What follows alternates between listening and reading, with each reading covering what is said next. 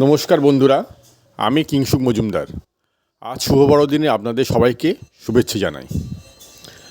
আজ জয়া চক্রবর্তীর সোমার জন্মদিন। তিনি একাধারে লেখিকা, শিক্ষিকা এবং অঙ্কন শিল্পী। আমি আজ আপনাদের কাছে নিয়ে এসেছি তাঁর লেখা বিষাক্ত প্রণয় বইটি পাঠক প্রতিক্রিয়া। এই বইটিতে 3টি গল্প আছে। প্রথম গল্পের নাম মৃত্যু মুখোশহীন। তরুলতা বসু মল্লিক ও চারুলতা মল্লিক দুই বোন। তরুলতা বসু মল্লিকের স্বামী সুরঞ্জন বসুর সঙ্গে বিগত 1 বছর যাবৎ চারুলতা মল্লিকের একটা সম্পর্ক ছিল। হঠাৎ একদিন সুরঞ্জন বসুর সঙ্গে চারুলতা মল্লিক একটি রিসর্টে যান এবং সেখানে খুন হন চারুলতা মল্লিক। পুলিশের সন্দেহ তালিকায় নাম উঠে আসে ফেরার সুরঞ্জন বসুর। পুলিশ অফিসার বিকাশ মিত্রর থেকে খবর পেয়ে সাইকোলজির প্রফেসর অনির্বাণ চ্যাটার্জি সত্য অনুসন্ধানে নামেন। সন্দেহের তীর ঘুরে যায়। শেষ পর্যন্ত কে দোষী সাব্যস্ত হয়? বিউটি পার্লারে মালকিন আলিশার কেন রাখছিল চারুলতা মল্লিকের উপর? আলিশাই কি খুনি, নাকি পর্দার আড়ালে অন্য কেউ? সব উত্তরের জন্য চোখ রাখতে হবে এই বইটির পাতায়। জয়ঙ্করীর সাথে বিয়ের আগে অনির্বাণ চ্যাটার্জির সাথে মৃত্তিকার একটা সম্পর্ক ছিল।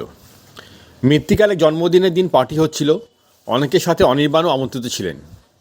সেদিন হঠাৎই খাবারের বিষক্রিয়ায় মৃত্তিকার মা ক্যান্সারে আক্রান্ত মালিনী দেবী মারা যান।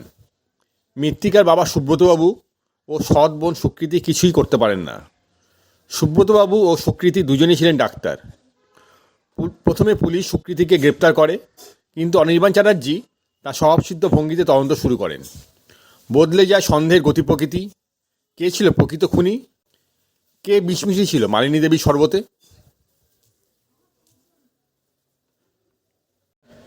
শেষ গল্প অগ্নিপরীক্ষা।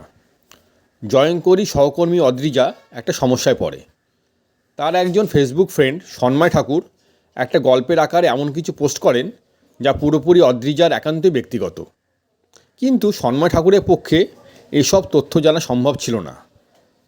এর পেছনে রয়েছে অন্য কেউ। কে সে? অদ্রিজা, তার স্বামী স্বর্ণাভ, ছেলে রুদ্র ও মেয়ে বিধুশ্রীকে নিয়ে গড়ে ওঠা সংসারকে কে ভেঙে দিতে চাইছে? অদ্রিজা সন্দেহ করেন তার স্বামী সহকর্মী অর্ণব সেনকে। স্বর্ণাভর সাথে বিয়ের আগে সমরেশ মণ্ডলের সাথে একটা সম্পর্ক ছিল, কিন্তু সেটা এখন 15 বছরের অতীত স্মৃতি। এর মধ্যে উঠে এসেছে আরও একটি নাম, রূপক জানা, যিনি অদ্রিজার ভাসুর ও সন্ময় ঠাকুরের বন্ধু। এরপর তদন্তে নামেন অনির্বাণ চ্যাটার্জি। সত্য সামনে আসে। কে করেছিল এই ঘৃণ্য কাজ? সে কতটা পরিচিত ছিল অদ্রিজার? সে কি বড় আপনজন কেউ? এইসব প্রশ্নের উত্তর পেতে হলে আপনাকে পড়তে হবে এই সাসপেন্স ভরা গল্পটি। 3টে গল্পই অসাধারণ। লেখিকা যেভাবে পেঁয়াজে খোসা ছাড়াতে ছাড়াতে ঘটনার সূত্রে পৌঁছে দিয়েছেন পাঠক পাঠিকাদের, তাতে লেখিকাকে সাধুবাদ জানাতেই হয়।